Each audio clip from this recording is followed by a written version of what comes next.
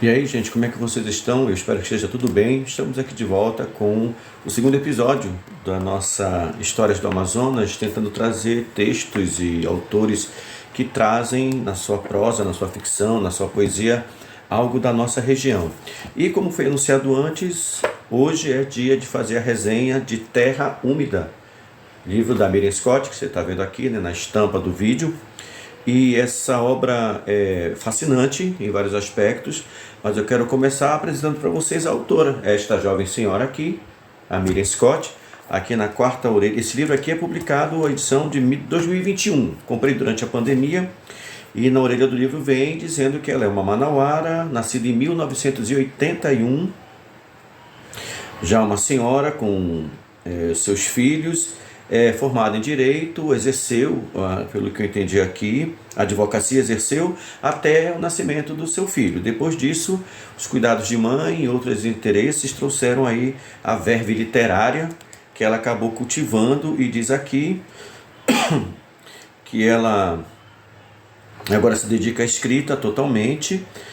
Desde 2014 já escreveu contos, crônicas, poesia, romance, entre eles O Menino que Só Queria Comer Tomate, Éden Tártaro, Mulher e Jovem e A Língua que Enlaça Também Fere. Também diz aqui que ela é cronista do jornal manauara A Crítica e mestranda em literatura e crítica literária. Essas informações vindo no livro de 2021, já se passaram 2 anos, a gente não sabe como é que está atualmente a vida da autora, mas pelo menos é isso que nós sabemos. A outra coisa que eu acho elegante dizer é que quando eu comprei, eu consegui uma dedicatória, uma assinatura da Miriam Scott. Agradeço desde já por essa cortesia. E esta jovem senhora é autora, como eu disse, de uma obra fascinante, deslumbrante. Terra Úmida é uma leitura muito enriquecedora e muito curiosa em vários aspectos.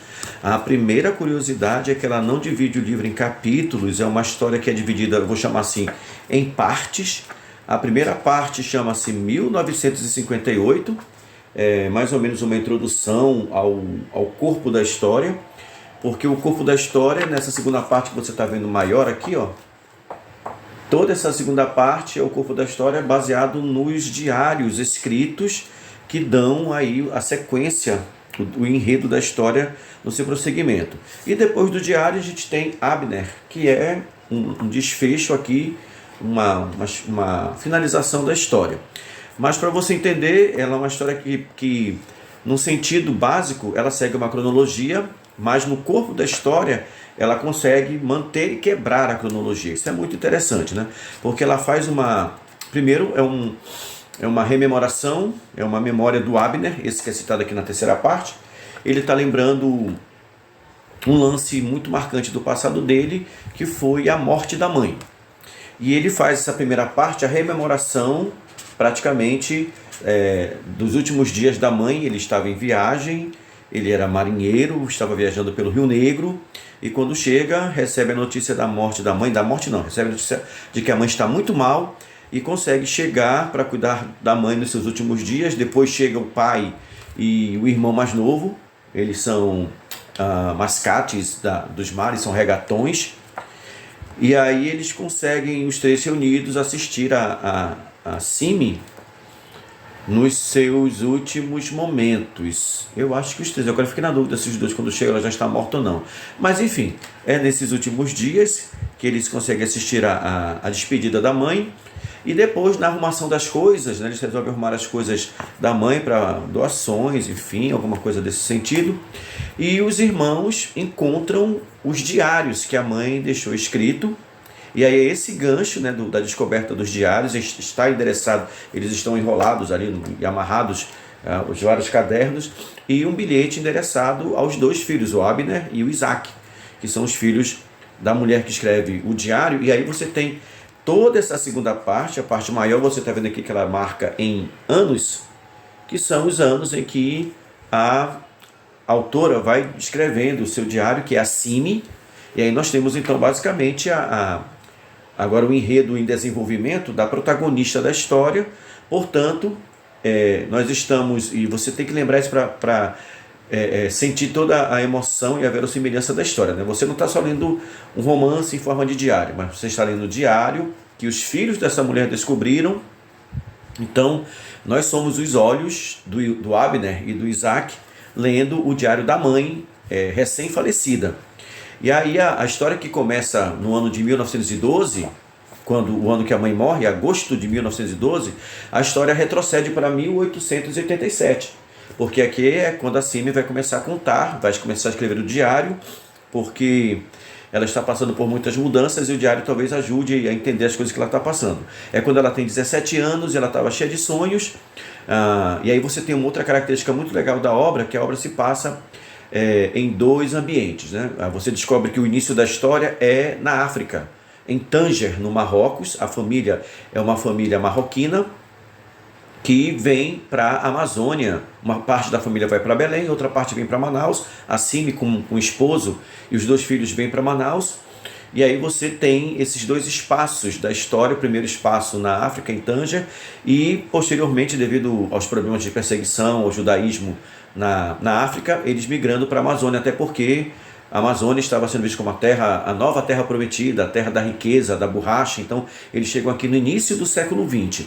Uma outra coisa curiosa que eu acabei de comentar é também a questão étnica, né? Tem uma forte carga da cultura judaica na história. A família que migra é uma família de judeus marroquinos. Então tem todo um aspecto da cultura judaica na forma de lidar, no tratamento familiar, nos rituais que marcam a vida doméstica e a vida religiosa. Tem muito desse aspecto de uma história marcada pela cultura judaica, e para quem tem esse interesse, essa curiosidade, é um ponto a mais de atrativo na história da Miriam Scott. No corpo da história, você vai ter a Simi, que é a voz agora que fala, a mulher que escreve os diários, contando como ela teve que desistir dos sonhos de estudar na França, porque na tradição da família ela tinha que casar. Depois contando como é que o casamento foi arranjado sem a vontade dela, e depois contando como mais tarde ela, já acostumada com o casamento, teve que se acostumar com outra ideia, que foi de sair da África, migrar para a Amazônia, e no caso dela veio para Manaus, né?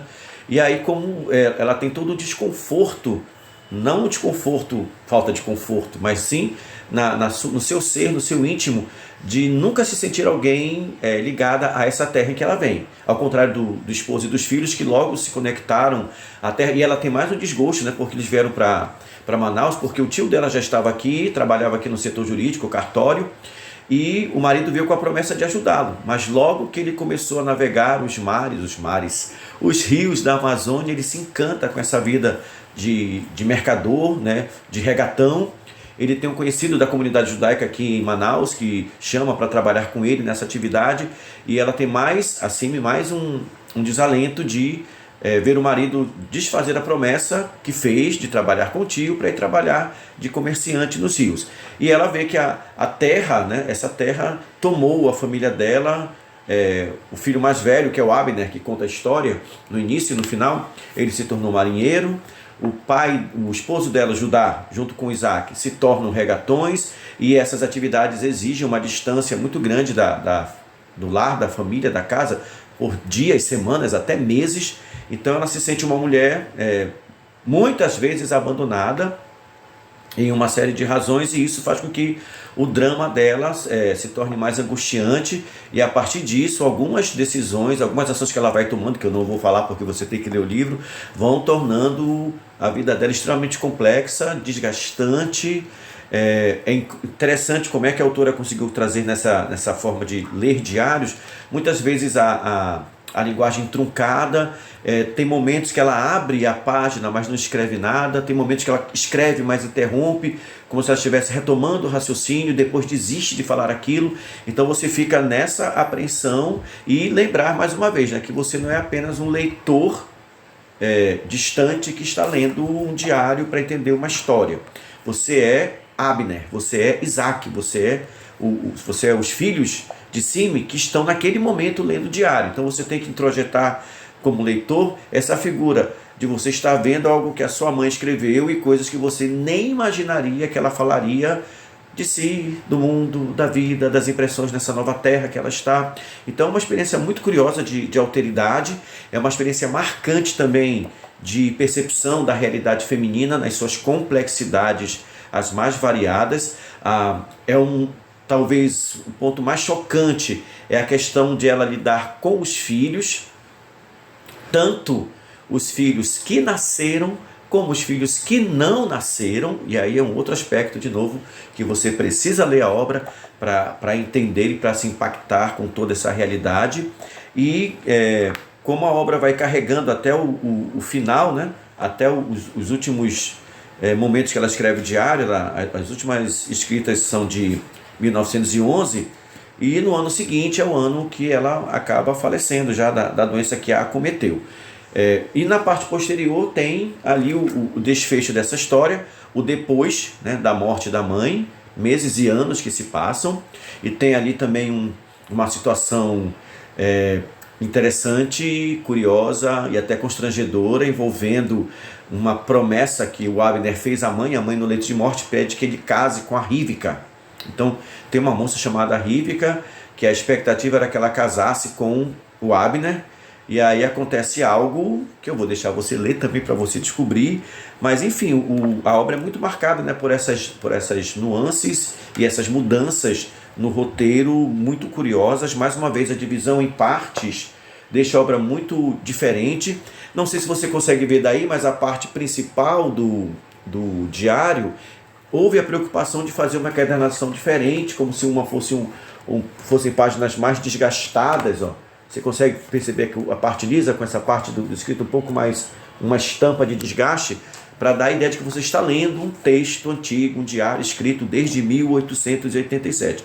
Então todo esse cuidado, né, de fazer você perceber essas nuances no aspecto físico do livro, trazem uma imersão mais curiosa, mais interessante, mais diferente. Eu achei uma leitura assim bastante enriquecedora e em alguns momentos bastante dilaceradora, né? A forma como a Cime, a Ima, né, como eles chamam, a Ima, a mãe, ela abre o coração para falar de muitas coisas que ela obviamente não falaria à vontade, mas ela coloca no diário e depois deixa para os filhos. Ela deixa com um bilhete para que eles leiam, que ela quer, pelo menos agora, ser conhecida de maneira mais completa pelos dois filhos.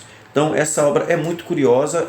A gente tem uma outra situação também, que é a carga de termos da cultura, do cotidiano de uma família judaica. Então a autora se preocupou em colocar um glossário para que alguns termos que aparecem sejam entendidos e a gente consiga saborear melhor a história. Obviamente é um glossário breve, né? Porque a intenção não é fazer um dicionário da língua judaica, mas sim de fazer a gente entender algumas coisas que aparecem aqui no decorrer da história.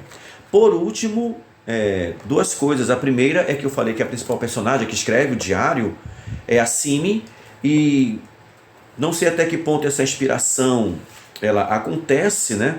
Mas nos agradecimentos da autora, ela vai fazer as suas expressões de gratidão às pessoas que ajudaram nessa construção de história, e no momento ela diz assim: essa história também não seria escrita não fossem as grandes mulheres da família, todas in memoriam, que se tornaram nossos espelhos e nós os seus reflexos, Miriam, Cime e Letícia Benayoun. Eu não sei se essa Cime que ela cita é a Cime que inspira a personagem, e até que ponto essa aproximação da personagem com essa figura da família estão relacionadas.